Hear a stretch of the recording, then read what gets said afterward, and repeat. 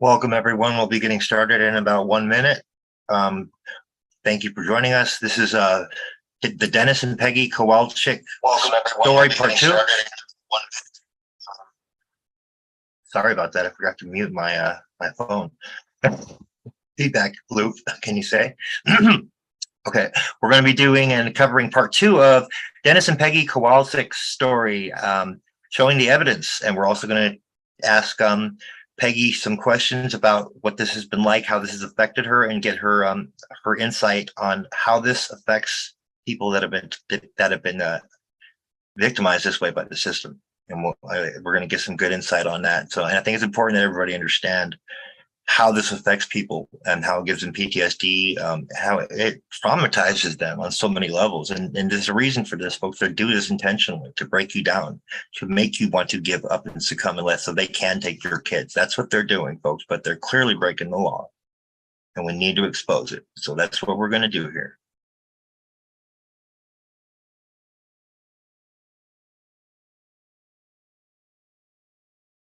The views expressed on this show are expressly the views of the speaker and do not necessarily reflect the views, beliefs, or opinions of NEWS4US.WORLD, its host, broadcasters, or affiliates. Remember, folks, always use your own discernment when viewing. We encourage our viewers to think for themselves. Welcome to episode 2, or part 2 of the Dennis and Peggy Kowalczyk story. We're going to be getting into the evidence today for you and show you what we got. And we're also going to ask Peggy some questions and to kind of get an idea of how this affects people psychologically, emotionally, and as well as on many other levels too. So welcome. Thank you for joining us. You guys want to come on and introduce yourselves briefly to our viewers? Or Dennis, Crystal, anybody? I'm coming. They're muted. Oh, there they go. Yeah, they're coming on right now. Hello.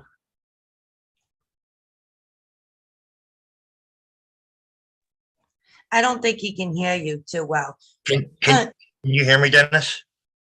I can hear you. Shit, I'm on the wrong mic anyway. Do you hear me? How about now? Yeah, I can hear you fine. I can hear you. Yeah, I was on the wrong mic. I had to switch to my my noise canceling one for the show. There we go. So go ahead and just briefly introduce yourself. I know you were on last night, but tell our viewers what we're going to be showing tonight, basically. And what the plan is. Well, we left off. Yesterday we covered how my family got involved with CPS and the foster care system, things that happened to us, and it led into our oldest son, who's autistic and has now identified himself as a transgender,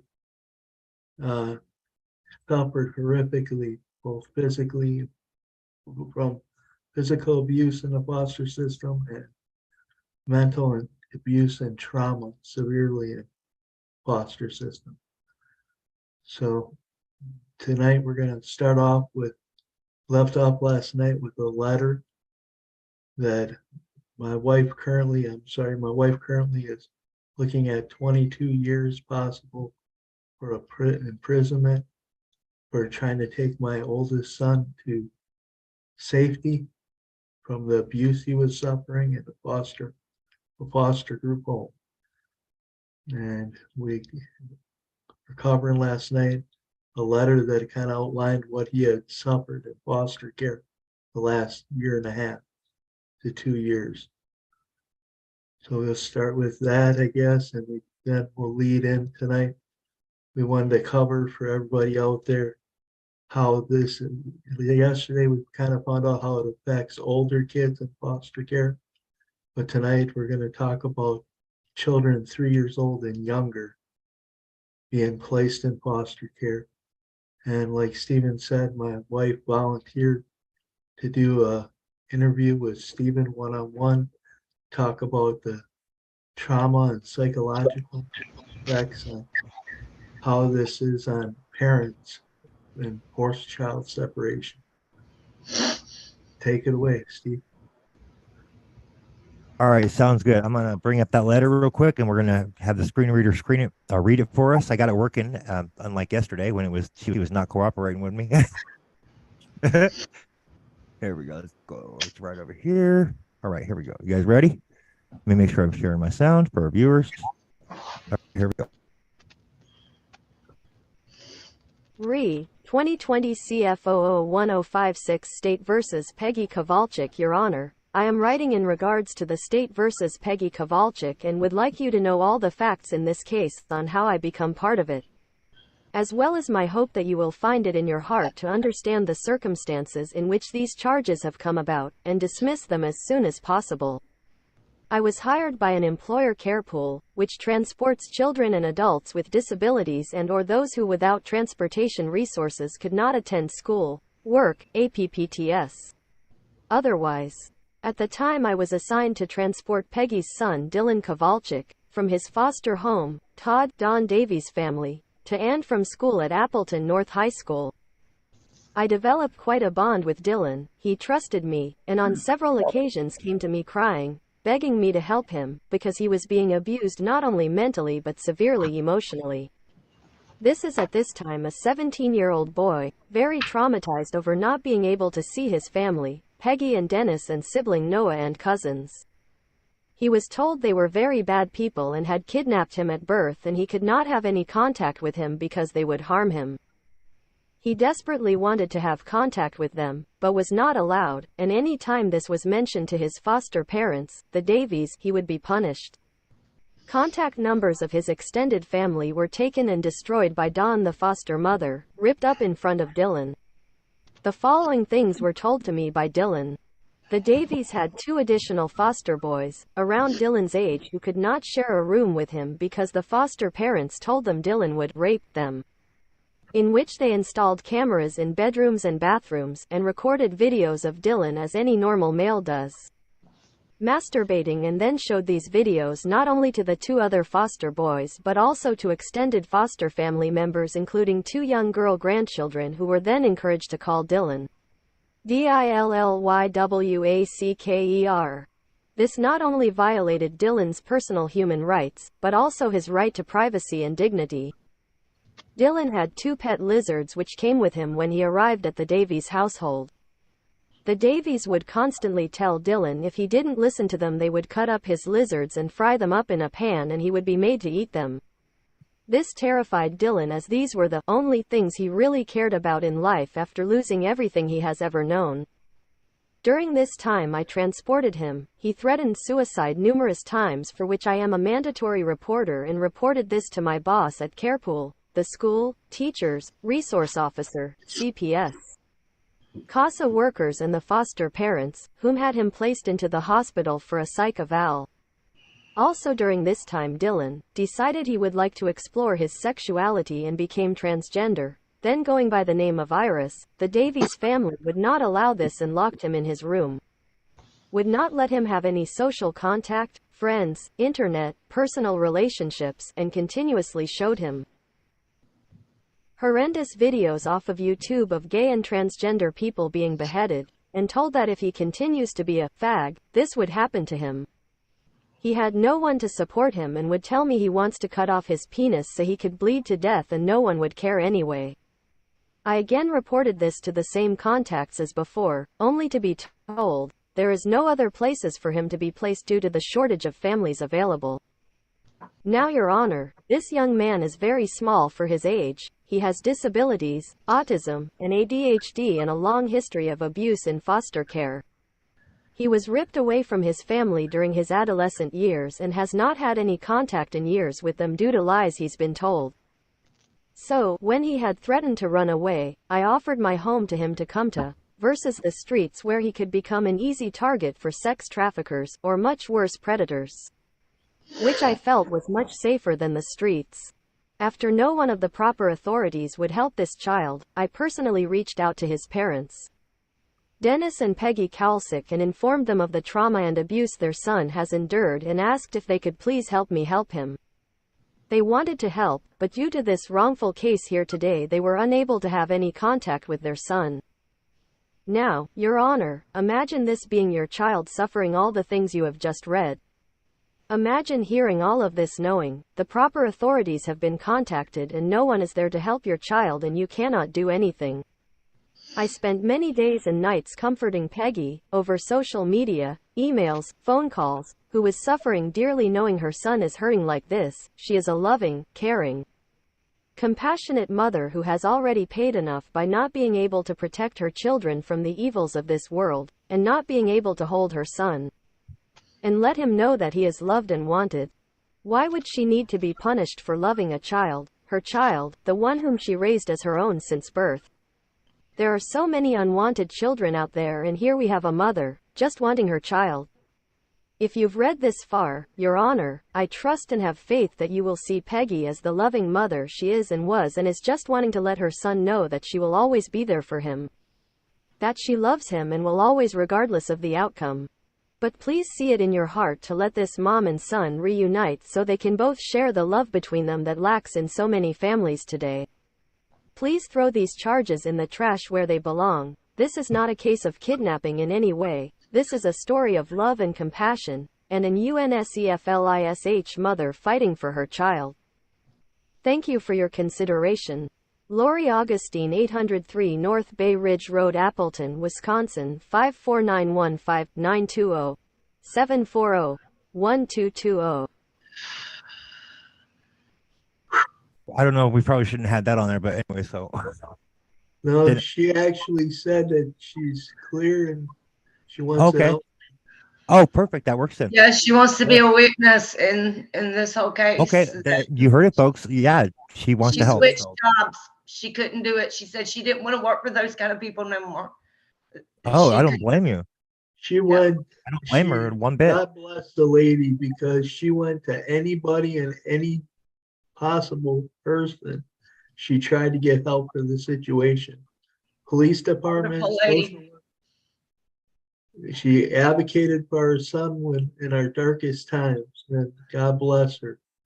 Yes, she did. And she still advocates for him, you know, when she can through other people. She She's keeps been an eye a on. lifeline. Definitely. Are you, I got the questions for you. Are you ready for them? Peggy, did you want to do that, or do you want to do the abuse, finish the abuse section? What do you want to do first, you guys? Whatever works for you. Whatever's open for you guys. All right, let's do the questions if that's all right. Let's get them. I think that'd be good to start off with that. Yeah. Yeah, Yeah. sounds All right. good. Cool. Let me get.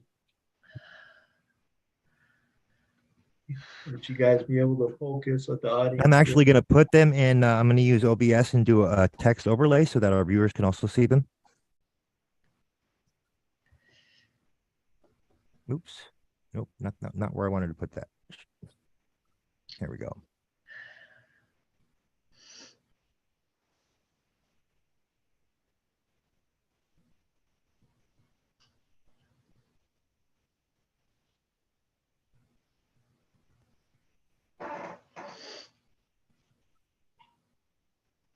Oops.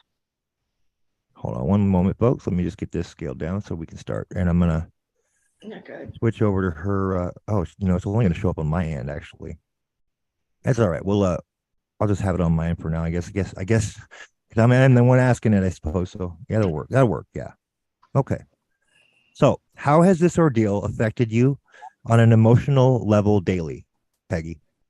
Oh. I don't know if I could even put it into words. It's I don't function only when I have to, when it's automatic. Since it started, you know, it's like somebody's turning my body off. I can't think. I can't breathe. I feel like I'm being punched in the stomach completely all day long. You know, the only time that I was really able to operate is when it came to my kids, visits with my kids. When I went through my health problems, I knew I had to be healthy to save my kids. So it freezes you. It makes you not be able to operate in life at all. You know, you're used to your kids around, mama this, mama that, mama this. You're used to doing constantly. I mean, I never sat down when my kids were there. You know, it was easier standing up all day rather than sitting down and having to get up like the Jack in a Box 24 hours a day, you know? we were so active all the time. My kids were, you know, kids are a big part of any parent's life, of course, but I was very fortunate. Me and Dennis, neither one had to work. The last, what, 10 years of our son's life, you know, Yeah, we were able to be two parent, you know, partners at home. So we were very active. Our children were everything, every part of our day. Yeah. It's very Do you want? disabled. It appears like just with the level of trauma, it appears like you only like it seems like you're still in a little bit of shock from all this trauma. It looks Well, like, you know, just from absolutely. I can't just live from the without my emotion. kids. Yeah. I can't do it. I And so don't. this, you can see it, folks. Look at look how traumatized she is. This is not okay, folks. Nobody should be put through this, especially No, not some good parents. 'Cause these parents are it's very not an freaking option loving. for me. you know, Um, I ran I don't across care if this. my son's 30. I don't care if they're 40, they're 50. I want to be in their life every day. My sons know when they go somewhere, mom's coming too. You know, my son picked his college in Australia when he was 10 years old. He wanted to be he wanted to work with lizards and be a herpetologist, and he picked his college out in Australia. He knew mom already had a bag packed. He's not going to Australia without me. No, absolutely. My kids were everything to me. They still are. And I can't live without them. They might as well put me in prison if I can't be in my Right. kids' life. Yeah, because it's not right. It's not right what they did to you guys. It's not I right at all. still It's can't so breathe messed up. without them. There's days I literally can't breathe at all. So you've clearly been emotionally affected by this trauma, by what's happened. So what's question number 2 is, has this experience been the cause of PTSD in your life? Well, I haven't been diagnosed with it, but I'm pretty sure because they badgered me so severely about being on drugs. You know, they even said that I did $6,000 a month in drugs. And What? You yes, don't look like a drug addict to me. You look like a mother who loves her kids and is doing everything in her power to raise And at the you know, time them period in the that they best said, environment possible. well, the issue is I was sick and I didn't know it. I had cancer long before I got my diagnosis. Ah, And you could tell, you know, because I was one of those moms that I took a lot of pictures, and my kids snap pictures of me every now and then. I'm usually the one behind the camera, but you could tell in the pictures you see in me in life that no, I'm not a drug addict. I've always been a very thick person, and I barely weighed 100 pounds when they diagnosed me. My own family turned against me. so you Everybody thought I were was on so you were drugs. rapidly losing weight as a result of the cancer Yes, then. everybody, but nobody bothered to mention it to me. You know, nobody said, "Hey, Joe, you're losing weight, man. Are you Right. sick?" You know, one of the Were you even aware that you were losing weight when all that happened, I when they would say that? wasn't because I never been a big person. I'm pretty fortunate that I've always had a pretty nice body, never had to worry about my weight very much. I've been a little chunky, you know, at times, but never ever stressed about it. I've always been what you call a bodacious woman, hippie, but no, I had no clue. I didn't, my weight fluctuates so much because I was active with my kids, winter times, everybody packs it on in the winter, and summer we were so active, I'd drop anyway. No, I had no clue. I was so busy. I had 5 kids and a disabled husband. I mean, everybody knows when Right. you do things right as a parent, one is enough, I mean, Right. when you're doing what you're supposed to be doing as a parent, you know, it's a job. And Oh, you know, absolutely. Absolutely. Dylan, he was the only child for 12 years before his little brother was born. And it was tough, with his autism. He was a really, it was a lot to do. It was a lot of parenting and we Yeah. had to be didn't have to be, we were his friends, his parents, his Right. everything, his teachers, everything.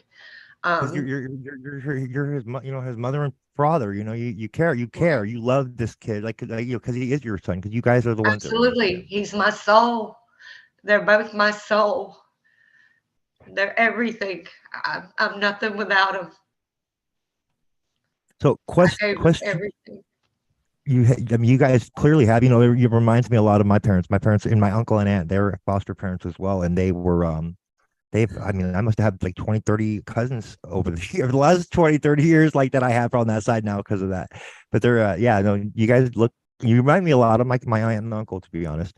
And which leads me to my third question. On a psychological level, how has this impaired your daily life and routine? I have no life. I do what I have to stay alive. You know, I don't even take care of myself like I'm supposed to since I've been in readmission. You know, we're pretty stranded. They have financially bound us to the point that we don't have a vehicle. We're stranded. I don't get to see the doctors like I should because I'm in remission. Those chemicals that were in my body, a matter of fact, I just did a lung biopsy a few months ago. They thought I had lung cancer. Thank God it come out negative. But you know, that was pretty rough to go through too. You know, them going in and taking a piece of your lung, you know. And they can't wash the chemicals out of my body. I may get cancer again and again and again. I mean, it's horrible that I have to go through this, not being able to have my children around. You know, Right. we And asked the the judge. stress doesn't help either, I'm sure, you know. Yes. See, I was diagnosed just a few months after they took my children. They So diagnosed me. the next question is, has it become more difficult to cope and function on a daily basis because of this ordeal? Oh, absolutely. Like I said, I don't want to talk to nobody. I don't want to, I just want to talk to my children. I want to be with my children. That's all I want to do. That's all I want to do in life at all. I don't even want to live. As most mothers would tell you, folks, mothers that are great parents and that love their kids and interact, they will tell you that they just wanted to I'm spend on time with their autopilot babies. all the time. Um, I work a job and I'm disabled. I've worked jobs to keep my mind off of everything. You know, I work jobs cleaning hotel rooms and at McDonald's, you know, labor jobs where I have to work hard all day. So I'd have to keep my mind off of it. You know, jobs, thinkless jobs where I wouldn't have to really think, just working on Mm, autopilot and just, you know, and helping others. You know, my husband and I have advocated for other families and children in the same situation for a couple of years. And, you know, he's done a little more than I have because it's really tough, you know. yeah. Um, No, I but definitely can imagine. it's what keeps us going. But yeah, it's so difficult to operate. Um, So, which leads to me to my question number five, the fifth question I got. What psychological effect has this had on you and your family as a whole? um, it's been devastating. I mean, they basically took our lives. I mean, You know, Stephen, could I jump in just for this question too? Go for it. Yeah, of course. It's With my directed family, at all you guys because you're part of the the family, people out right? there, the people out there that haven't experienced what we're experiencing, it is the most horrific feeling that you can have.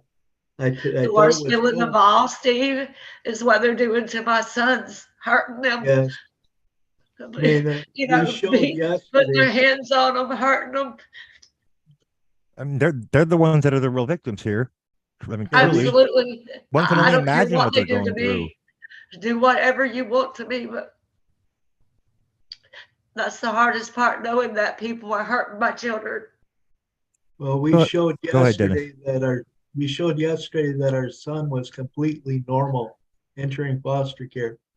The proof is right there. And now he is so messed up. He's a shell of what he once was. Both of them are. And he's Both been of them. hospitalized mental mental health 4 times while he's been in foster care. He's been listed as suicidal, manic depressant, anxiety. It's just horrific what it does to families. And I dealt with a lot of parents. My wife had said we've advocated, I held a nonprofit and advocated for families for 2 years while this was going on. And we operated 24 hours a day, 7 days a week. We had a 1-800 call-in number for anybody who needed urgent help. And the parents that I talked to, they said that life for them stops, but everybody else's keeps moving. And that's the hardest That's thing. right. I mean, what do you You're do stuck back without here. those mommies and those needs and people to cook for? I mean, who am I going to cook for? Nobody's here. You And the know, second thing that the parents said to me that it hurt them the most was the silence. Like my wife just said, you go I from couldn't go mommy, into mommy Walmart. to That was pitter patters. Yeah, my wife and I, we couldn't step in a Walmart for almost a year because that was our kid's favorite place to go shop. we had to can't go talk. grocery shopping. Dennis, he strummed it out, and I tried to a couple of times, but I'd pure go into panic attacks. I couldn't breathe. We still can't Because watch children commercials or Oh our wow. TV cartoons shows with are. children in it. It just hurts too much. Oh It man, it really gotta be affects. so painful. We Dennis and I had mentored other children our whole, We were always the place where all the kids were at. yeah, we were always the house that the children came to because our son was so small and sickly and bullied a lot as a child. We preferred his friends to come to our house instead of him go to somebody else's house. So We'd You know, it's always- funny. My mom did the same thing with my sister. She had my mom would always be worried that my sister would go out and be gone for, so she would tell her, your friends can be over here, your friends can come over, because that was so she could keep an eye on my sister, make sure my That's sister was right. safe. Yeah, that's right. That, you know Children what? are If our I don't life know you, savings. that's just to me, that's just being a responsible parent. right. And No, I I would mean, tell myself, I would get up and I would be walking through the hallway into the living room. There's like 4 or 5 different kids sleeping one on the couch, one on the floor. I'm like, what's going on here, mom? absolutely. I didn't find out till later from my sister that was what it was. But yeah. Yeah, we were a very active family, and we're always grabbing extra children to go to the zoo, to functions. We were a big do things type of family. We always Right. stayed active with our That's museums, great. zoos, As it special should be, events, man. As it should be. parades. You're supposed to get That's around. the spice of life. Protect them. So Yeah. it's felt like a life sentence, prison. Yes, So- it's Go ahead. Finish your thought, Dennis. no, it's fine. I I was just gonna, want go to the next question, but go ahead. Finish your thought on that. no, I was just gonna say that it's what we're talking about is the general same for almost all the parents that we've talked to have had this happen to them. And what's even worse is when your child gets abused and you sit there every day, and that's something that people can just close their eyes and imagine having to worry, what if your kid's being fed or being took care of properly. I mean, that's without finding out Or about even that he's alive. These people, they wouldn't even tell me that my child was alive. No, they did. They did the same thing to Dottie as well, and on many other cases do too. it They to won't give them every, proof of yeah, life. I mean, he tons was threatening to kill himself if he was cut, and they wouldn't even tell us if he was alive. They said they couldn't discuss stealing. Yep. It's, So It's so screwed up for them to be able to do that. Yeah. Like after you guys have, like, obviously you guys have done, provided a home for him for his whole, been a but been you know a what's loving really parents. messed up? and they Not what do they did that? to us. It was So more screwed up. horrible what they did to him. What? and to have to send your child back to people that you know are abusing them in them. And I've talked to so many families that have had their children in the same position. It drives a person out of their mind. And That's exactly what it does. It drives you to the point of insanity. Yeah, no, I can imagine. So question number 6, how has your son been traumatized by this ordeal? How's it affected him? He's uh, he's been told that his parents aren't his parents, and he's been told that he's awarded the state, and that we're going to prison, and that we stole him at birth. And well, I mean, I imagine his trauma's pretty high, considering, that Dylan had a very happy childhood and a very happy life, parents who loved him, and he loved. I imagine I understand why he's been hospitalized 4 times. I don't know if I could take it, you know? I know. Like, I mean, I don't know if I know when I hear about some of your, these cases and some of the trauma that these kids have gone through and their parents too, it's like, I mean, in your case, like I can only imagine what that poor kid's thinking, feeling like he's got no one in the world. That's ridiculous. Who He does lost that to a his brother, his child? baby brother. And, Well- the 2 girls that he calls his sisters for a year and a half, they were very bonded in that year and a half. I got videos, pictures to prove it. That's He so wrong lost for his them to whole do this life. to any kid. Yeah. So, and then And he the gets, horrible thing too is these kids are forced in foster care to live lives of poverty. Our sons were provided for. They were very well provided for and well taken care of. And we had the proof to show it. And they placed like our I told you sons, And last they night, took them Steve, they from took you away, regardless, huh? yes, they took them on false pretenses and allegations. Every right? single one of our Imagine children. your mom and dad's never spanked you. And then now there's people beating on you, putting their hands on you in ways that you couldn't imagine. Dylan had never seen a life like that. He'd never imagined a life like I that. had sent you. No child should imagine a life like that. No, they shouldn't ever have to. No He child came should. into visitation one time. I think I sent you the document today. I found it, and he had come into visitation one time after he got abused, physically assaulted the first time. His heart was beating so hard you could feel it out of his chest. He was panicking, pacing back and forth. He got in my arms And and I rocked him like a baby and held him and cried 15 with him. years old, crawled up in his mother's arms, and she had to rock him to help him through the That's trauma. all I could do was rock him and hold What him we and have cry to with do him. at the end of visitation, we had to turn around and send them back to these monsters that freaking did But that. my Imagine the 3-year-old child. watched me That's rock so my messed up. 15-year-old and cry with him. And how traumatizing was that for Noah? Yes, It, which we'll get into that tonight. it rips you all apart. It would anybody. It's horrible.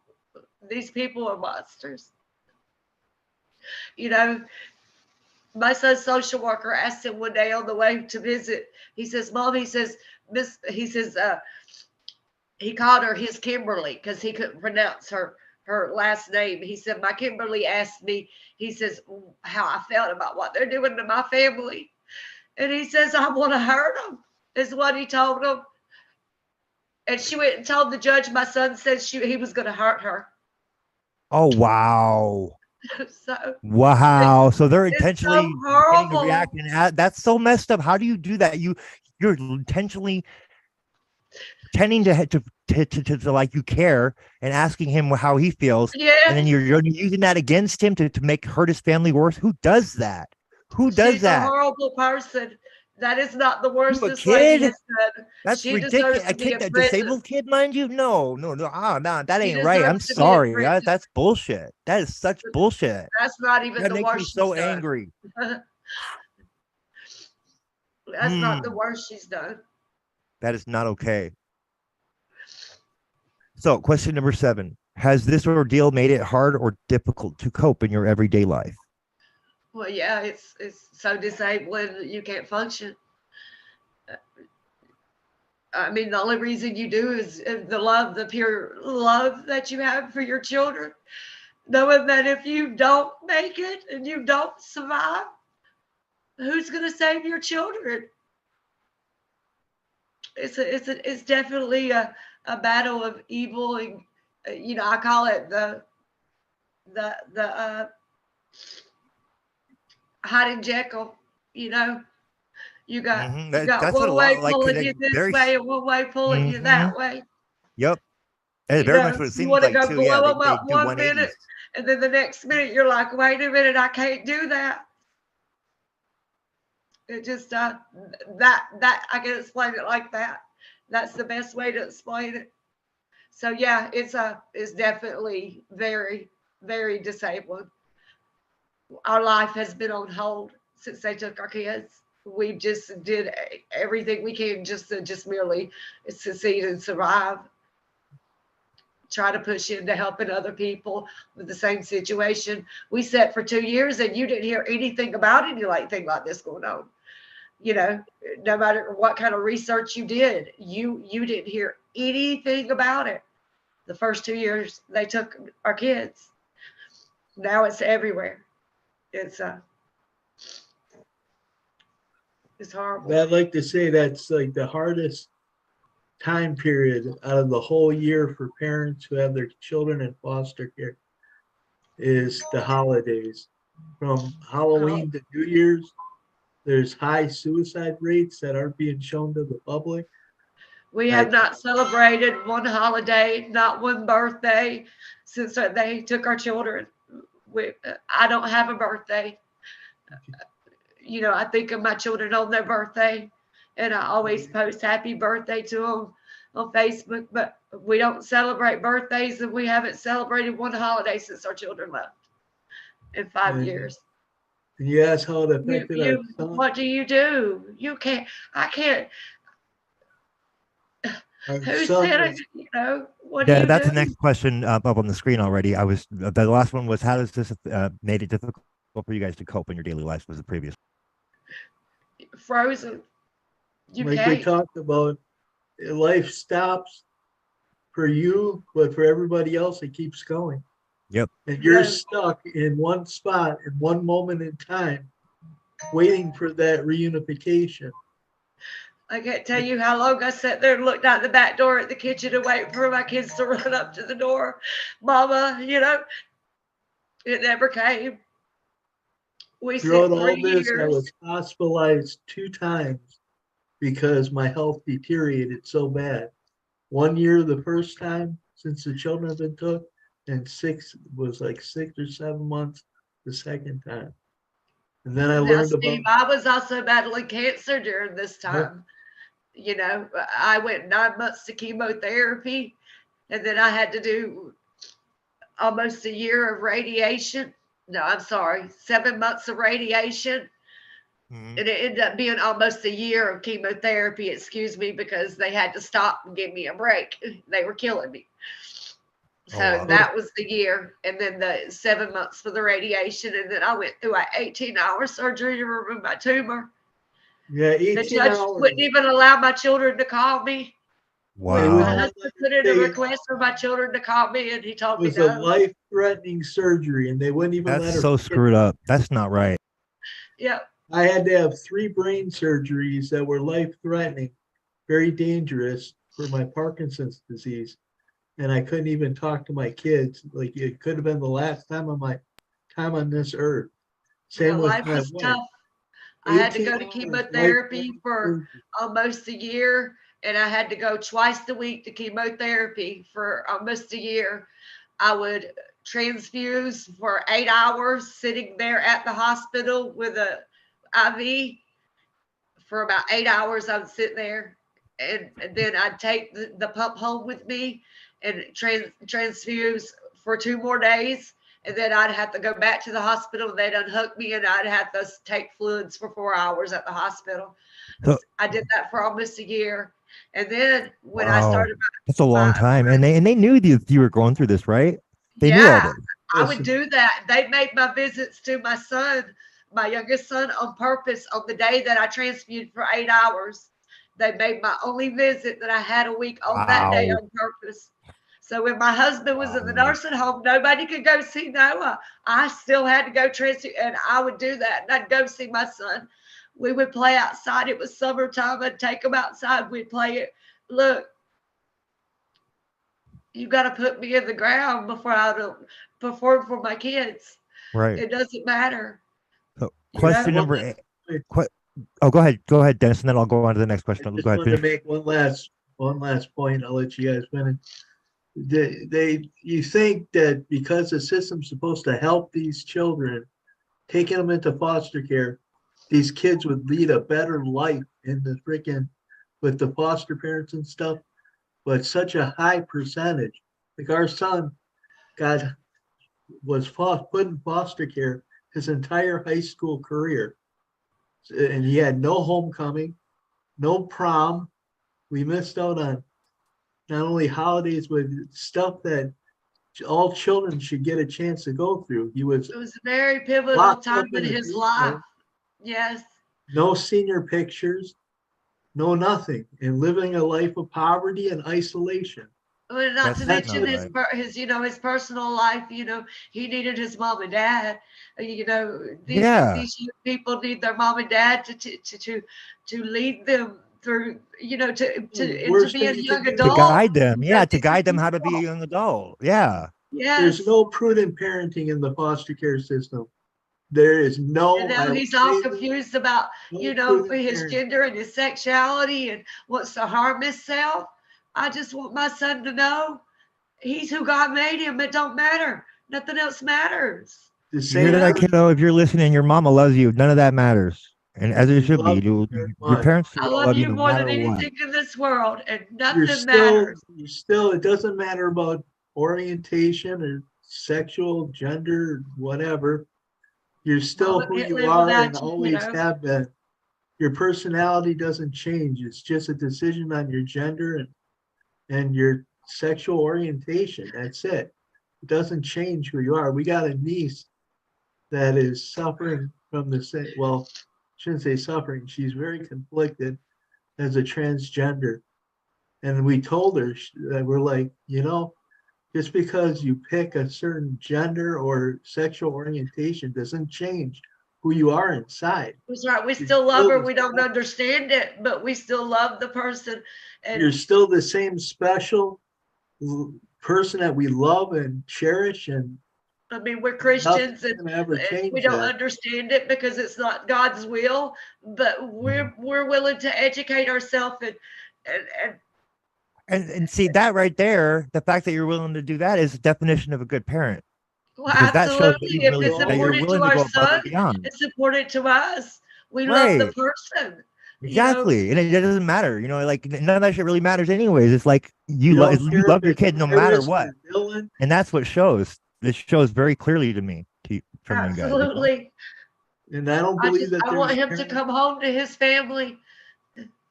I'm his mama, that's his papa, and it's been that way his whole life, and nobody can change that. Nobody. On to the next question. How do you think this has and will affect your son's emotional, mental, and physical health over the long term? I'm sure it'll affect him, but I'm There's praying that irreparable damage.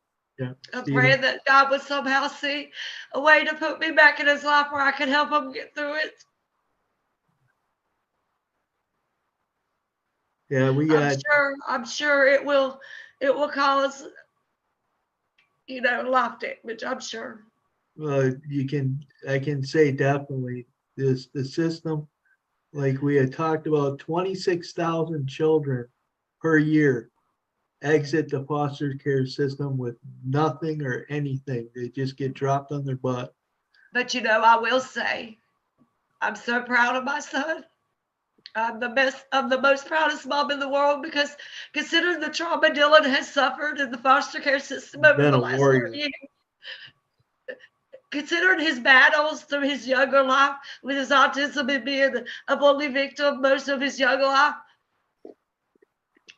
Dylan graduated high school. He works 2 jobs, and he lost his whole family and everything he knows. He's been through a lot of trauma, and that young man, he's still trucking at it. He's doing what I thought he never paid attention to. We worked hard his whole life. We did that. The foster care didn't do that. We did that. We made that young man who he is. We helped him become that young man, not the foster care system. He paid attention. He raped, he shoveled snow. He did odd jobs for people to make money to feed his lizards. I'm proud of him. He paid attention when I thought he wasn't. He really was. He was He paying attention. surprised you then in that regard, then, He didn't did. he?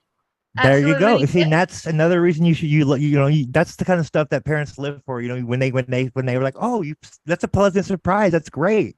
You're like, that's like So will there be trauma? I can I'm only sure. imagine that how happy that made you to realize that he was paying attention. Absolutely. Oh, he was I was listening. amazingly happy because everybody knows, as you know, with autistic children, sometimes things don't click easily. Okay.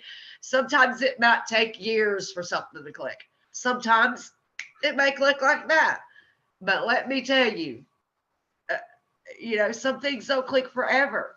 And it was amazing that, he went from this, young man that, he was quite a mommy's boy. And that's my fault, but that didn't, wouldn't. Didn't He would change take out the anything. garbage, but Right. he Right. didn't. I didn't really press a lot of chores upon him because Mama did Yeah, everything. no, hey, but every family's got one. My brother was that one in our family for a minute, and then Right. So he I moved was a out on his mother, and I own, felt so that my children finally shouldn't did. have to work. They should be able to be kids. So No, I did. absolutely, absolutely. I So I agree. didn't I make agree. them do a lot of housework. No, that's good. No, because my parents were the same way with me. Like they actually encouraged me to think outside the box, use my imagination. I wasn't really Absolutely. giving it much towards like that either. They had the same outlook, and so I'm Absolutely. grateful So that my Dad and parents I have let me do always that. worked his whole life. We've So always been hard workers. So he we've paid got attention. When they wouldn't feed his lizards, when they wouldn't buy him food, they treated him horribly. They tried to starve his lizards. They wouldn't buy him food for his lizards, his pets. They told him if he wanted snacks, he had to buy them. So he went out and he started shoveling snow, doing odd jobs, asking people, can he mow their lawn? I was so proud of him.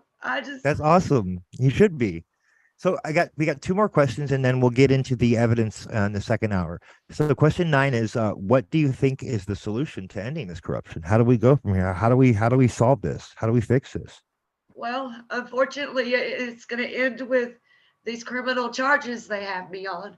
I think the solution now is I got to go to trial and I got to prove everything that they did to my children and that I'm not a criminal and get my boys home.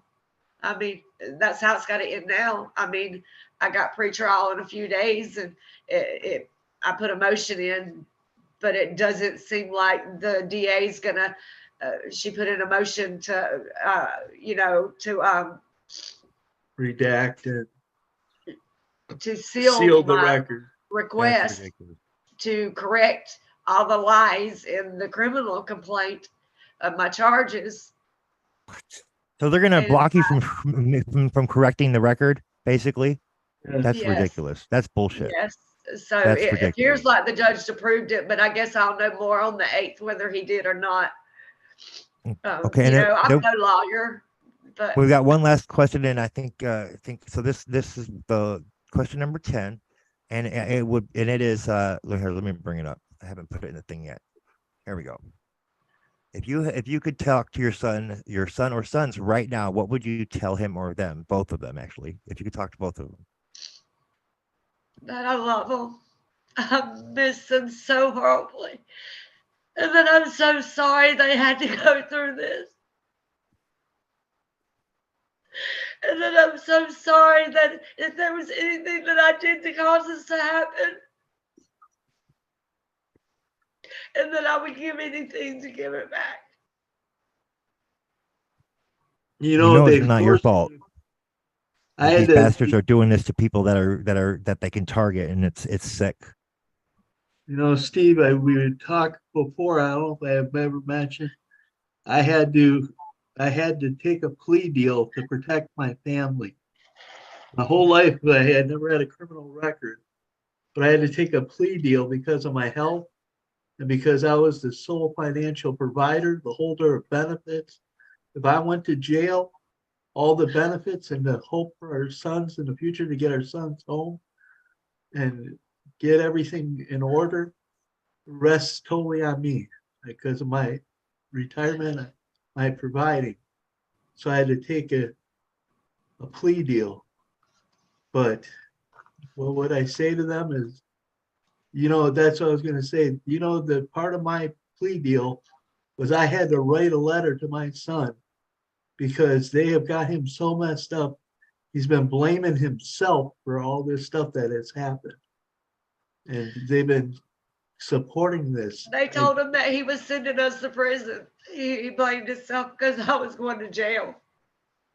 And I had to write that has nothing. There's nothing in there is at all his fault at all. These bastards know what they're doing. They're trying to cover up their own criminality. Yes.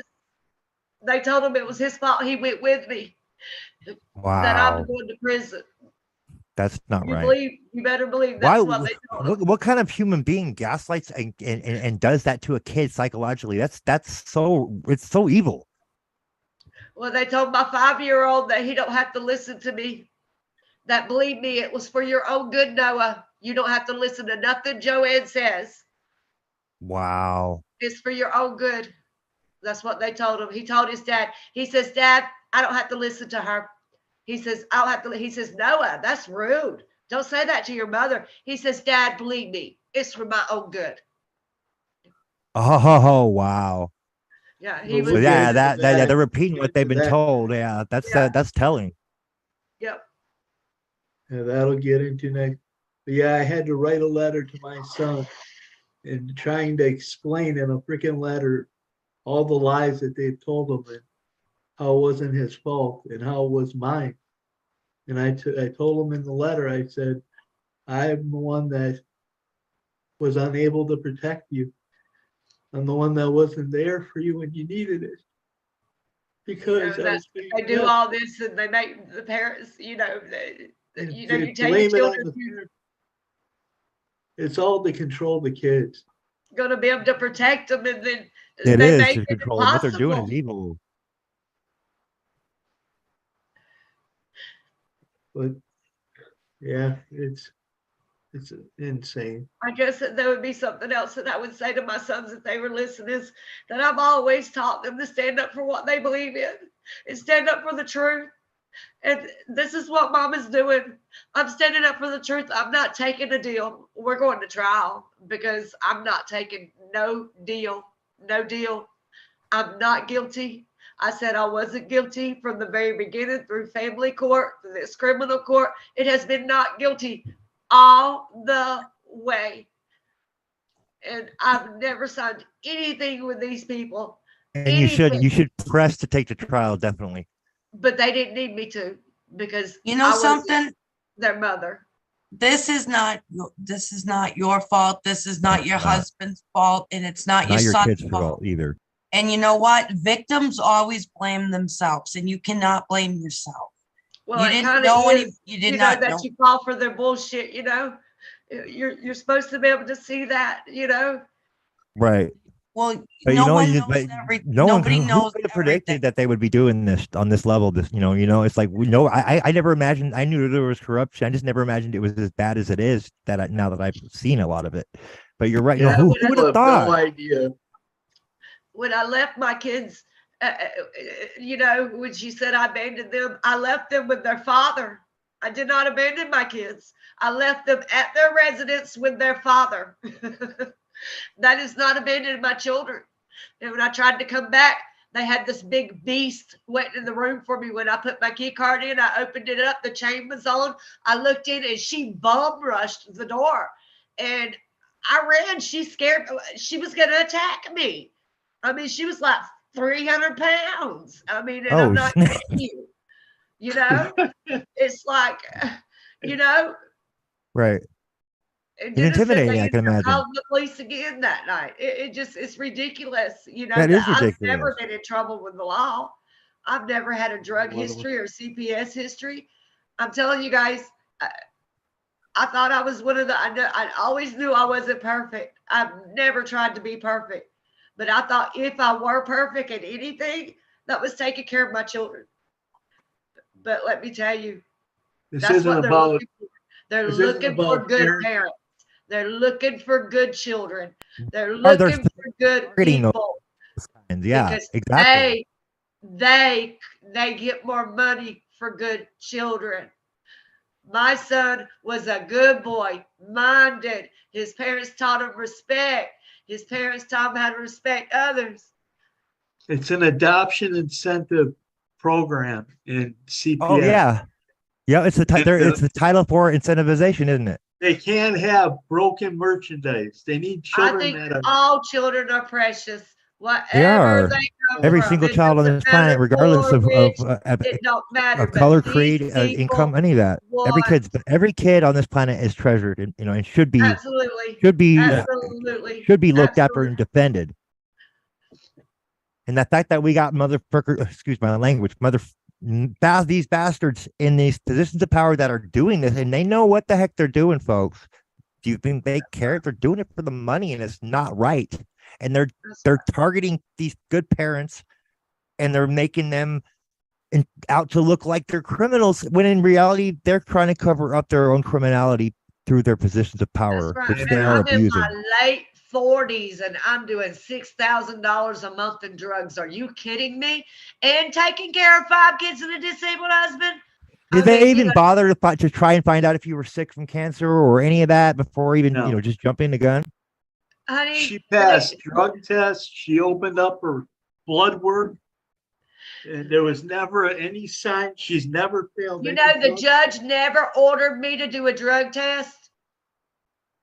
In the whole 5 years, I've never been judged, ordered to do a drug test. He refused to order me.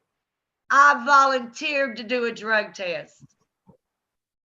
So let's Dennis, can we that one that document that you said need advice, the one we were going over earlier, can we go over that real quick for our viewers? Yeah, that'd be great.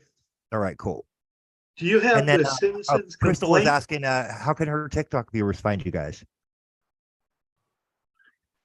Do what? I'm sorry, say it again. Crystal said her TikTok viewers want to know how they can find you guys on social media, Facebook, email. How can they reach out to you?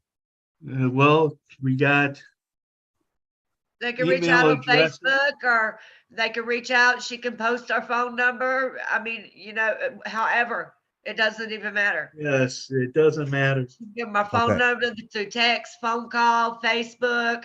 I don't do Twitter and Titter. My wife and I were arrested for federal kidnapping Oh, charges sorry. due to a family court I custody mean, issue. my kids knew all about that dang TikTok and everything, and they were doing constantly. I swear to God, I don't know how anybody could get away with anything, because I'm going to tell you, my kids recorded me on TikTok every day of our life, okay? So I promise you, if I was doing anything wrong, it would be on TikTok. But yeah, it's crazy. There's evidence in a lot of these cases of how good these parents are, and they're just pretending like it's not even there. They're ignoring it, and then when it is filed, they don't even cover or go over it in the thing. They pretend like it's never been filed. They're clearly my son clearly at breaking the 14. law. I have videos of him at 14 years old, and he's actually more mature than he actually is now at 19. He asked his caregivers permission to talk to his aunt. At 19 and a half years old, she asked, could she speak to him? And he says, I have to go ask permission. Yeah. Wow. Now at 14 years old, he acted more mature. It's ridiculous. It's ridiculous. So we're gonna go over this this little document that Dennis has sent, because we went over it before the show, and I want our viewers to understand the context of it. So my wife and I were arrested for federal kidnapping charges due to a family court custody issue and for taking our almost 18-year-old autistic son to safety from a foster group home where he was claiming child abuse, maltreatment, and child pornography that was being done to him. He also claimed being tortured for his gender identity. He also was physically and mentally abused in another foster home previously. We had been battling Child Protection Services for 4 years in a custody dispute and trying to protect him. They issued an injunction on us to keep us from exposing the foster parents. We were not allowed any contact with our son for 2 years. Yet we were so bad that we were allowed visitations with our 3-year-old son. When we were arrested, we were on a military installation in our home. We were told it was a federal arrest warrant for kidnapping our son of 17 years. We were never read our Miranda rights, never showed the warrant, or fingerprinted. We were taken to a holding facility to await extradition. We were never allowed a lawyer or to answer the charges. We were forced to sign extradition papers. I am a decorated disabled American veteran. My wife and I are victims of chemical contamination on a military installation. I am severely disabled with Parkinson's disease and 2 autoimmune diseases, and my wife is a recovering rectal cancer survivor. All our medical issues are from chemical contamination. We were incarcerated for 23 days. We were severely mistreated, inhumanely. I was hospitalized 3 days after our release for a year. After 23 days, we were released with federal kidnapping charges that we were supposed to be extradited for, on signature bonds that we had never even seen. We were released without signing anything. 2 days after we were let out, the charges of federal kidnapping disappeared, and charges of abduction of a stranger child that we had since birth. My wife has 2 first-class felonies and a misdemeanor for breaking an injunction. I have a felony for accessory to the abduction of a stranger's child and a misdemeanor for breaking an injunction. My wife has never been asked to sign her signature bond or has ever been made to attend a court hearing. She has never been interviewed or questioned about the charges by anyone. I was made to sign my signature bond in the hospital 4 months later. I have been made to attend every court hearing and have had numerous bond hearings. We were not arrested for 3 months after the claimed stranger child abduction and federal kidnapping charges. There is no trace of the federal warrant or federal charges in any federal database, nor does our incarceration show on any record. After doing research, our public record on our case shows that the warrant was issued for our arrest on the 7th of December 2020 but not served till December 30, 2020. The same day they let us walk out on unsigned, never-seen signature bonds. We have had to file a complaint with the Office of Lawyer Regulation on my wife's attorney, which we spent our life savings on. In almost 2 years of representation, his total efforts produced 1 initial offer from the DA, and twice he tried to take my wife's case to trial with no pre-trial preparation. No discovery challenge, depositions, interrogatories, witness lists, or proof of jury selection. He is known as one of the best criminal lawyers in the state. Now, with no assets or savings in the bank and because I make a modest monthly income above poverty, my wife is being told she does not qualify for a public defender. We do not have the means to pay the kind of retainer that is required to get another private lawyer. So my wife does not get her 6th Amendment right to legal counsel under the U.S. Constitution. I had to take a plea deal to stay out of prison. I had to take a public defender, and the only thing he would talk about was a plea deal. I am my family's only source of income and hope. If I go to jail, my income and benefits for my family are lost.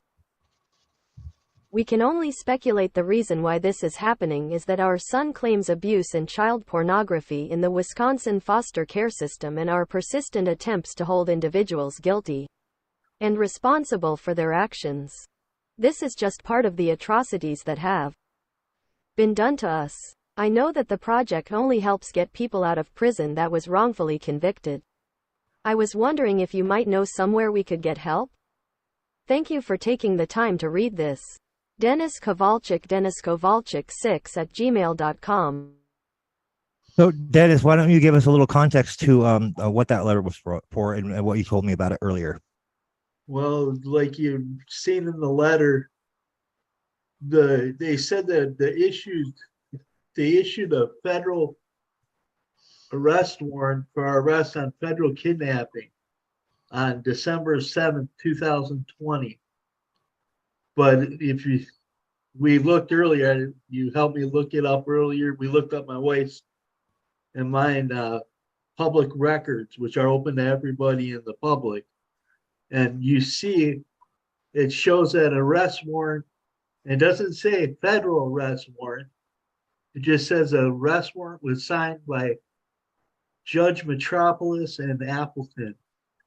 And Okay. it doesn't say extradition on it, but it says And the arrest That's the warrant. document, the one you sent me earlier, the one they were talking about, the charges, right? The one that's called, has a red font on the upper right of it. You're Yeah. talking about that one? Let me bring that up in the screen share for our viewers. There we go. They issued it December 7th, but we were not, it shows that we were not, oh, no, the public record. They didn't Yeah, file yeah. it till April. But no, they This is a filed different one than you were talking about. Okay, Yeah. gotcha. the public record one we were looking at. You can see on it. Where can we find it on the public record online? Where can we get it at? I want to show our the viewers. email, Wisconsin access page. It's a what? Remember the Wisconsin email I access. sent you? I sent. Oh, you sent it to the email? Okay, gotcha. All right, cool. you. Let me find it here real quick. Or you could go to the Wisconsin access page and put in my name first and last. Oh, there we name. go. Wisconsin access page. That'll work. Access page. You could resend the email if you want. It might. Oh, here we go. I found it. So let me share my screen real quick. I found the site. Let me do the search real quick and get our get your name in there. Yeah. Yeah, you just put her first name, last name. I got it. Search is. I don't think that's it.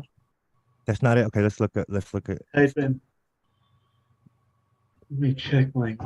Yeah, I think it's that one. It's probably court record search, right? Yeah, Yeah. it's Wisconsin Circuit Court access.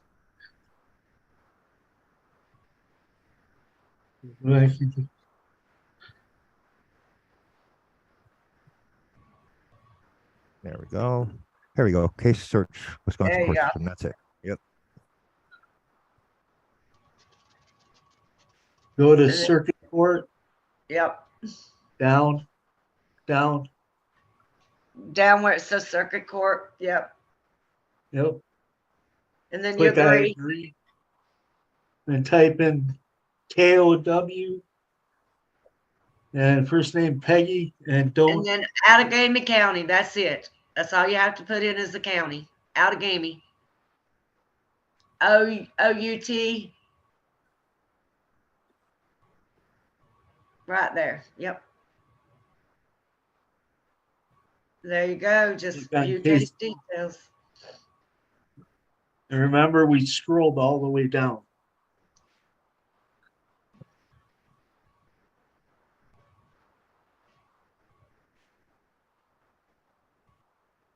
So right here, 12/7/2020. As you see, an arrest warrant issued for Peggy Kowalczyk, Mitchell J. Metropolis. That was issued on the 7th, but the warrant wasn't served to us, it says, till 12/30/2020. Which was the day that they took us to the bond hearing and let us out of jail instead of expedite us. So what are So- they not reporting here on in between that time? What happened? Tell Right, everybody. they're not admitting they had us locked up illegally. They're is what making not it look like we were arrested in Mississippi.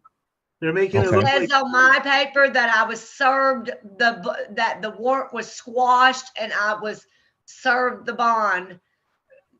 It doesn't say nothing about me being in jail. So yeah, so they're clearly case fixing here, folks. Is what it looks like to me, based on the fact that they unlawfully detained these two poor souls that they took advantage of and did this to their kids. And we've had quite a few other people whose cases we've covered where they did the same thing.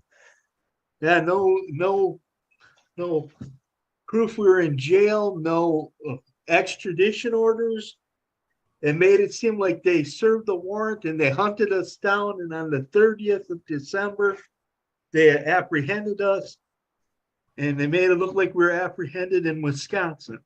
Except for I snuck out of the jail with my bracelet. They took his, and they usually take your bracelet. It says your inmate number, your charges, and it Oh, said do you still have it? on mine, but it's in storage in Florida, but I have it. Oh, nice. Oh, If you you can have give me a picture of it or image of it when you get a chance, that would be great.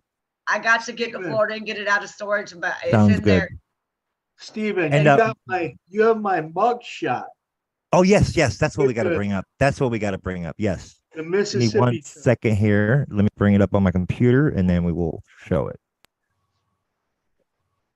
Yeah, thanks for reminding me. I was just about to get into the images you sent because that was the next thing we got to cover, I think. Guys, you want to hear some good news finally? Yeah, go for Yes. it. Okay. The Supreme Court ruled that there is a presumption that a fit parent acts in their child's best interest, not child protection. CPS, your state. The United States Supreme Court has stated there is a presumption that fit parents act in their children's best interest. Parham versus JR.442 US 584602. There I is got normally case law. So No. that's legal precedence. Is that case there is law? no reason compelling interest for the state to inject itself into the private realm of the family to further question fit parents' ability to make the best decisions regarding the child's renal versus Flores. And it goes on and on and on. So I can use that in court as case law. Yeah, I'll send it over to you. Yep. Yeah, that would be good. That would be good. That would be good. That'd be good. Good precedent to be able to reference in your situation. I mean, you for know, sure. if this thing goes south and they do, you know, put me in prison, I'm definitely appealing. You know, Right, and you have every right to because what they did, they and I don't they're see for trying the to life of me how persecute you. this They're is not going to get to an prosecuting you. They're appeal. persecuting you. I'm I sorry. mean, if Go this ahead. makes it to an appeal, just go ahead and just dig me a hole and bury me because I mean, I just don't, you know, I can't believe it's going to make it through this court, much less appeal. So I Right. just sent it to you if you want to show it to whoever wants to see it. because I can't believe the Find appeal it. court wouldn't want to let me show my children's abuse, you know. Steven, did you find my mug shot?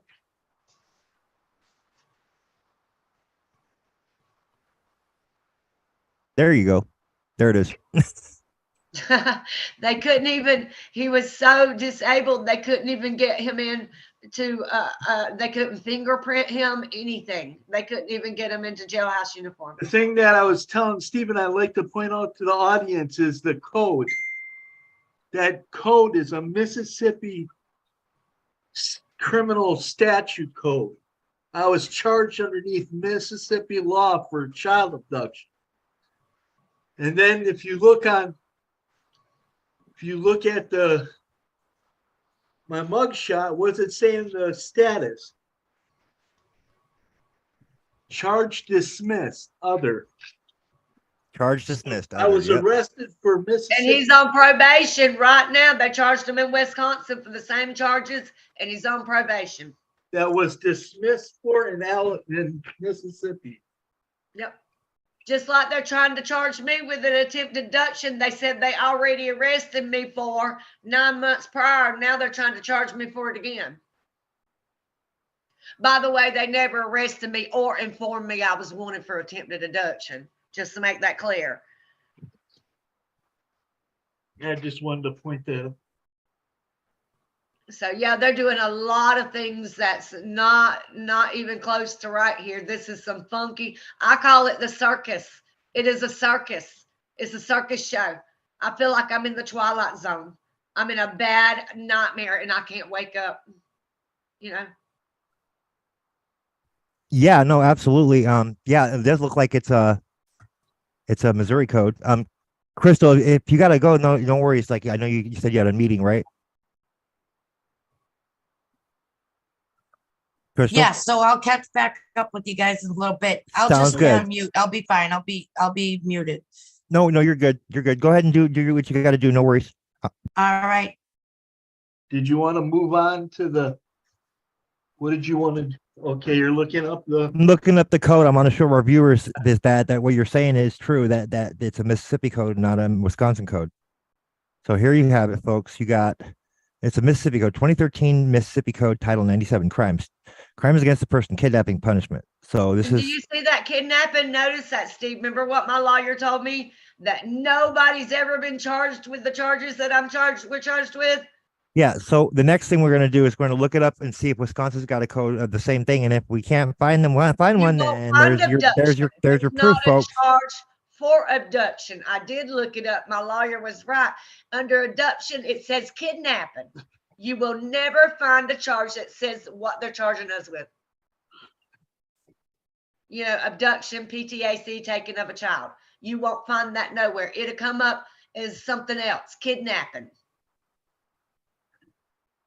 My lawyer was absolutely right. He said him or no lawyer he ever has known has ever heard of this charge. And I thought he meant that they've never worked this kind of case. He says, no, Peggy. He says, you're not understanding me. This charge has never existed before. Nobody's ever been charged with this charge. It's because it was not an accurate criminal code for that state. It was for Mississippi. Well, right. And he also told me that there's elements to a charge. Now, everybody knows that. You got to have, there's so many elements to match up to a charge, right? Right. He said they didn't have criminal intent. So how do they have the charge on me? Right. You got Clearly they're persecuting you. They're what we've determined in a lot of these cases, the parents that they're coming after, especially like in the cases where a lot of are speaking out really heavily, like in Angie's case and yours, for example, and several others, is yeah, they're doing it. They're persecuting them. Is what we see. Is they're trying to pin them with bogus criminal charges to silence them from speaking out against the criminality that, in fact, the courts and the judges and the gals and the lawyers, in fact, have been guilty and complicit in causing. So that's Right. really it's to cover up their own criminality is what it is, not So to Stephen, were you persecute anything able or to charge you for anything you did because you haven't done anything. Stephen, were you able to find another code with Wisconsin? Not for Wisconsin, no. When I typed in when I put in with Wisconsin, all that came up was the Missouri one again. It doesn't come up for anything for Wisconsin. Not that's related to that anyway. Thank you for looking that up. Yeah. Yeah, it just says it comes up with Mississippi code, even though I put in. Oh wait, hold on. Let me try that again.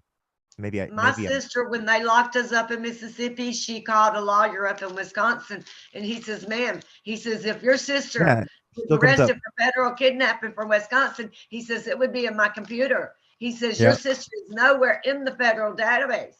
Yeah, they didn't. It's not there. It's they. That was clearly a legal thing they did. Holy shit! There's your proof there, right there, folks. Right there, folks. Well, the Navy base took us into custody. Wow.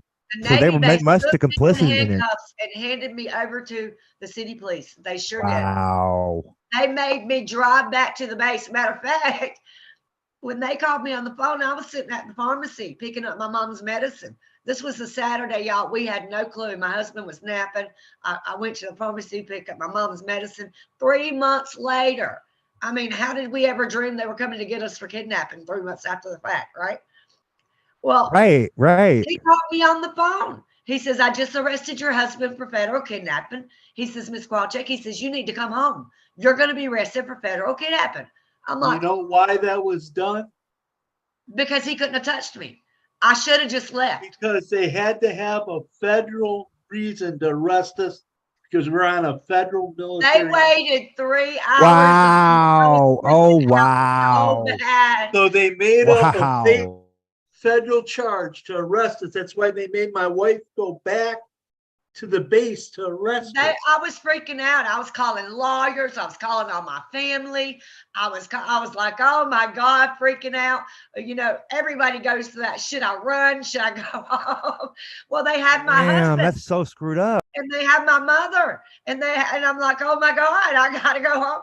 Well, I shouldn't have. I should have just never went back to the base.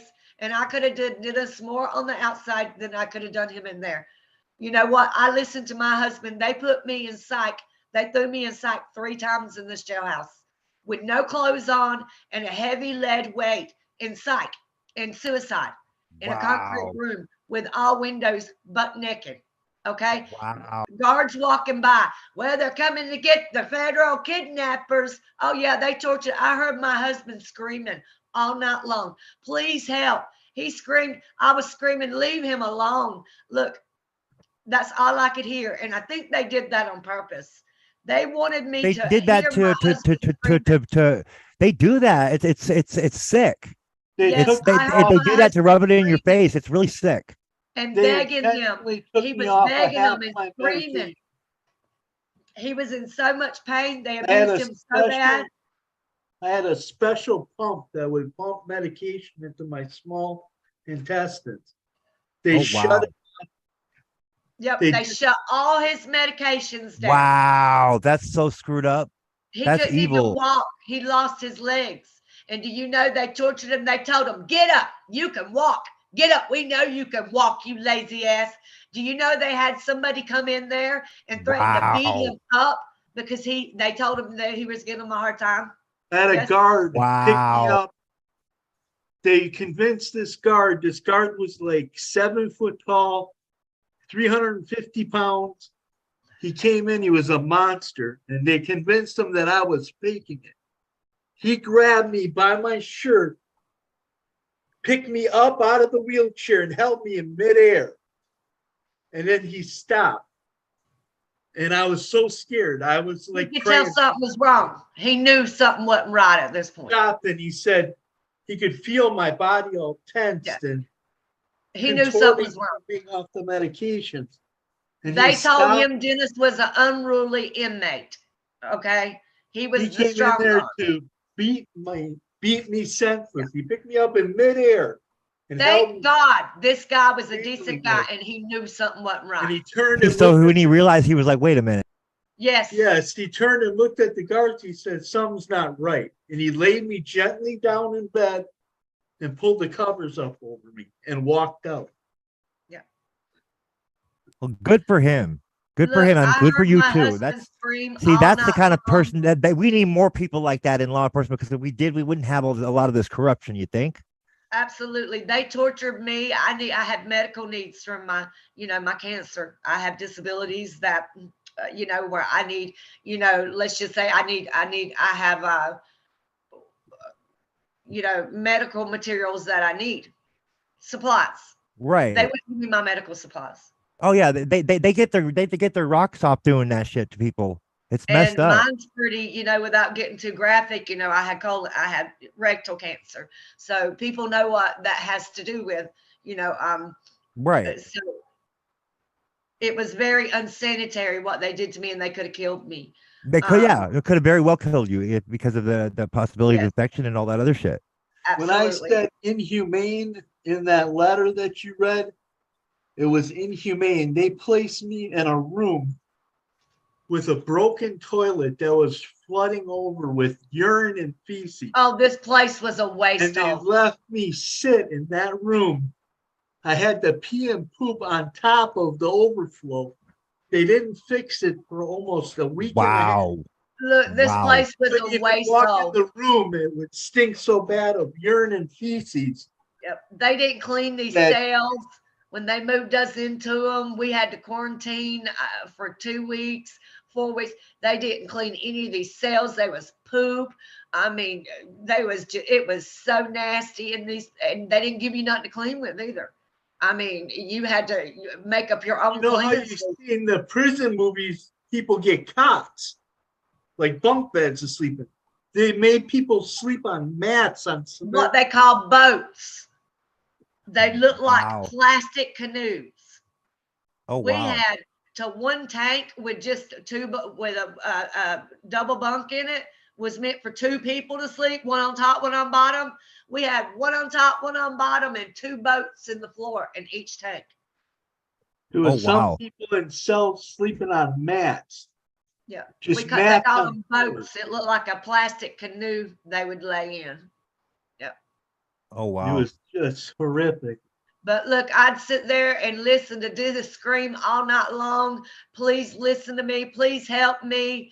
I need my medicine. He begged them. It about drove me out of my mind. I mean, it drove me out of my mind, period. Well, yeah, and it's funny that you should even mention that, because like I know myself, just from like, like they do that. They do that. Like, it's just like, they did something very similar to my fiance, who is now he's at at the moment for currently finishing up doing some time and stuff, but they did that to her. They abused her psychologically. Absolutely, they did. I had a guard there that took a vengeance against me, and I put a complaint in on her. I did take care of her. And when I was leaving there, she didn't think I was leaving. Nobody did. Oh boy, everybody's mouth dropped and hit the floor when I walked down there. You hear me? I was there for federal kidnapping. They were expediting me back to Wisconsin. I wasn't going nowhere. You hear me? When I walked down that place, you should have seen the mouse had dropped the floor. I mean, everybody was in shock. The guard looked, she says, "Where are you taking her?" I said, "Home, Miss Parker. I'm going home, bitch." Oh, that's right, Stephen. There's Nice. So what happened? So you ended up getting released, right? And you in that you told Yes, that to I one of the was- guards leaving? Is what you're Yeah, I saying? ran into That's the guard awesome. leaving. Yep, sure Good did. for She you. was coming Did that, up I the bet that stairs. I bet you felt vindicated then, Oh, huh? that shit felt good. I said, Yeah, "I'm going home. bet. See you later, Miss Parker." well, what I had bet you were happened. loving doing mouse that, and hit you were the making it floor. every bit of it work. Because like, yeah, no, I would have been doing the same thing. Be like, all right, because you want to act like that and be uncivil. That all right, fine, we're gonna play it like Her this. mouth hit the floor. That's But how you I do it with class too. Love it. What had Well, I happened. mean, your mouth would hit the floor too. All the inmates were in shock because everybody knew my story. I mean, you Right. know, people don't get out of jail being expedited to Wisconsin for federal kidnapping of a child. Right. You don't just walk out. They wouldn't give me a lawyer. They wouldn't give me bail. I was being Well, they held. didn't have any real legit charges. So Right. that was all But that then was all to make 23 so they could days get you from the later, base, they from the come to naval my base, cell, from the knock, army knock, base, knocking. Let me tell you, I had a dream the night or before. military base. I mean, I had a dream that the guard come and knocked on my door. Her and the inmates were sitting on my bed, and they said, "Peggy, you're going home. You're going home. You're out of here." The guard told me, she says, "I'll be back to get you at 11:15. I woke up. I said, "Oh my God, that was a dream." Do you know at 11:15 that guard was knocking on my tank? She oh said, "Peggy, really? you got I four." believe it. I believe Yes. it. I've She had a got few I've had four. a few dreams like that myself in my in my time that did that. Yep. I was like, whoa, Sure did. yeah. She says, "You Stephen, got four." there's an interesting thing that still plays into this. See, they came for me twice to try to extradite me, and they made me so messed up. The first time I was sitting in a wheelchair, it was 2 o'clock in the morning. Yeah, I they fell came asleep for in him, a but they never wheelchair. came for me. I fell asleep in a wheelchair, and these two people in marshal coats, U.S. Marshal coats, come in, and they say, "Come on, we're taking you on a flight." I was so bad, I had soiled myself and sitting in urine and feces for like 12 Yeah, they hours. were going to fly him because he was so disabled. And They they knew they kept, weren't going to get him any other way. they said, "Get up, let's go. We're taking you on a flight. Get up." And I kept telling them I need help. They said, "No, you're going to get up and come on. We know all about you." They claimed I was faking it. Yep, Oh, told him wow. he could walk. Paralyzed. He was faking it. So Yep. they got angry at me, and I didn't figure it out until later. They couldn't They put their didn't have a hands on warrant. me. They didn't They have didn't a. have a warrant. They couldn't touch him.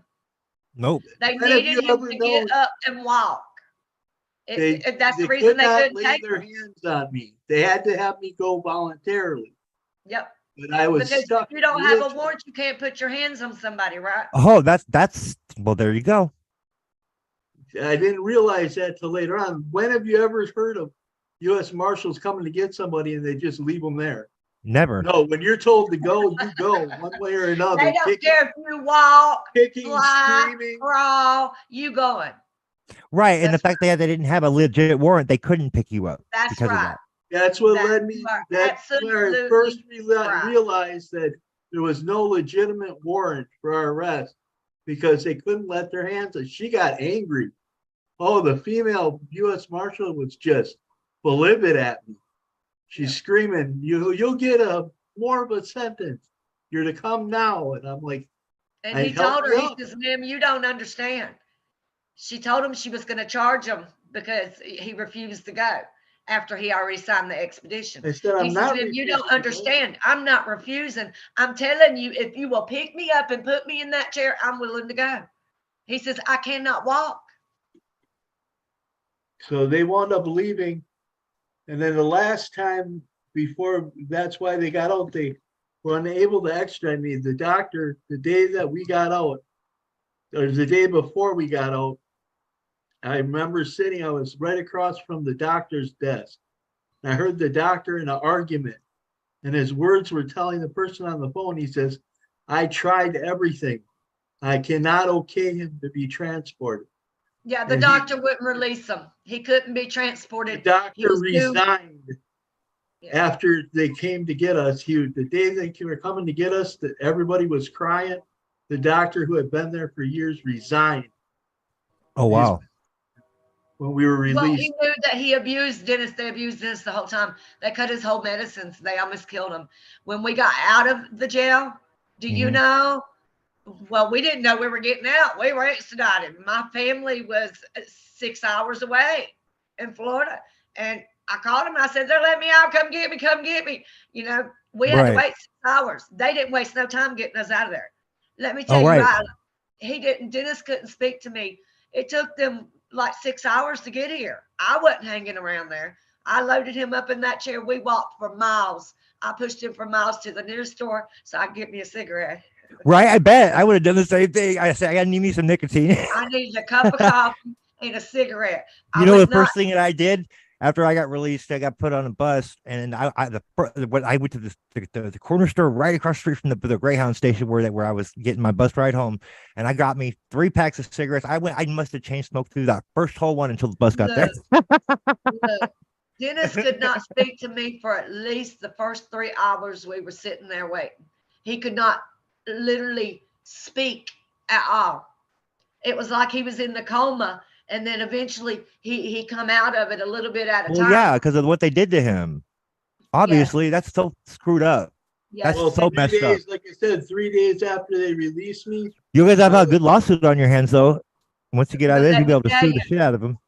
Look, we were both, I had cotton. I was in the cell with black mold. I was hucking up black stuff out of my lungs. Dennis went straight into the hospital. And like he said, he went straight there. He was in there for a year. He had 3 brain surgeries for his Parkinson's. And I was in a Wow. hotel. If they had was in a never done that to him, he hotel. probably never would have had to go through that whole ordeal, huh? Yeah, we lost our home. The Navy base kicked us out because they charged us with kidnapping.